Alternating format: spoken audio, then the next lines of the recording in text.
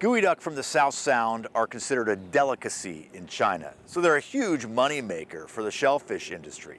Folks in that line of work say keeping this water clean is in their best interest, but the people who live out on Johnson Point don't think farming geoduck is the best way to do that. We're on Henderson Inlet. Pyke Johnson retired out here in 2001. It's the best neighborhood I've ever lived in my life. He loves hosting his grandkids on his South Sound beach. They come out every summer and they love to walk the beach and search for crabs and throw rocks and all the things that kids do on the beach.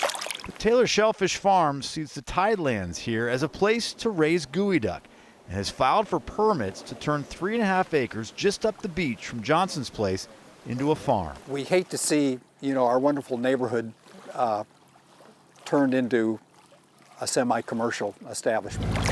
Taylor Shellfish started harvesting geoduck around 2000 and now raise about 1 million pounds a year.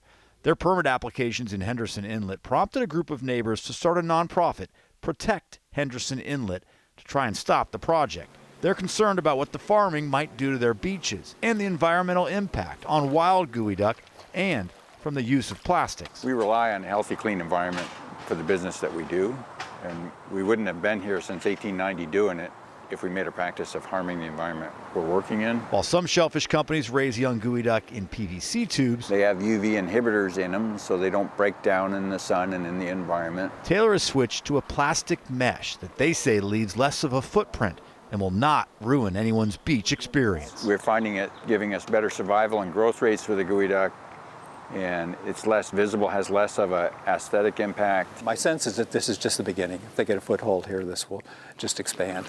Pyke Johnson and his neighbors are making their opinions heard to try and preserve what they have for their grandchildren and generations to come. Absolutely.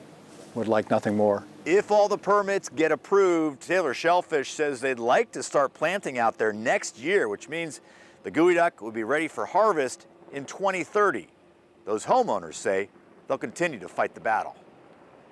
In Olympia, Drew Mickelson, King 5 News.